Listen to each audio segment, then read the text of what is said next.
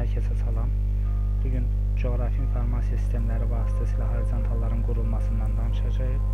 Bunun üçün qlobal mapper proqramından istifadə edəcəyik.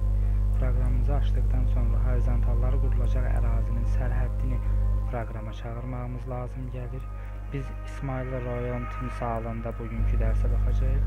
Rayonumuzun sərhəddini proqrama çağırdıqdan sonra həmçinin rayonumuzun üzərində yüksəklik məlumatları olan DEM faylını da açmağımız tələb olunur.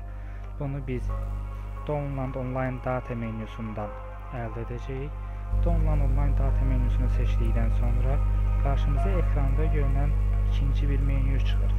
Bu menyudan Worldwide Elevation Data sətrini seçib Dropbox əmrini veririk və rayonumuzun sərhəddi xaricinə ikinci bir sərhəddi seçərək OK əmrini veririk və Connect əmrini seçirik. Rayonumuzun artıq DEM faylı yüklənmiş olur. DEM faylının yüklənməsi internetin sürətindən asılı olaraq bir neçə saniyədən bir neçə dəqiqəyə qədər çəkə bilər.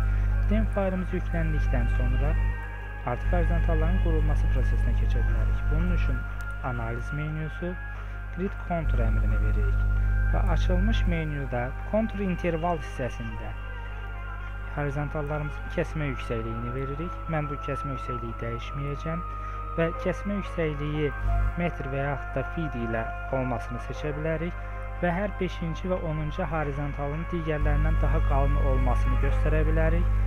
Həmçinin yaratmış olduğumuz horizontallara ad verə bilərik və s. Bunları etdikdən sonra OK əmrini seçməyimiz kifayətdir. OK əmrini seçib və horizontalların qurulması prosesini gözləməliyik.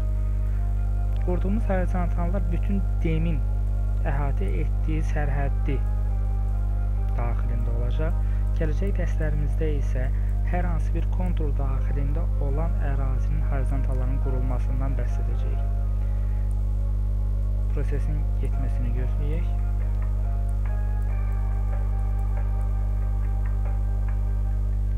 Artıq horizontallarımız hazırdır. Horizontallarımızı daha yaxşı görüntüləyə bilməyimiz üçün DEM faylı söndürə bilərik. Bunun üçün Open Control Center menyusundan istifadə edəcəyik və DEM faylımızın qarşısındakı olan işarəni götürməklə DEM faylını söndürə bilərik.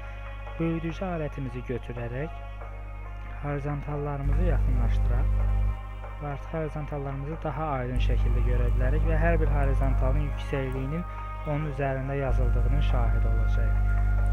Qurmuş olduğumuz bu horizontalları digər proqramlarda açmaq üçün, məsəl üçün ArcMap və ya digər proqramlarda göstərmək üçün Export Shapefile kimi yadda saxlaya bilərik və üzərində digər əməliyyatlarımızı apara bilərik. Növbəti dərslərimizdə görüşmək üzrə. Bugünkü dərsdən bu qədər. Bizləri Arkiz Azərbaycan səhifəsində izləməyi unutmayın.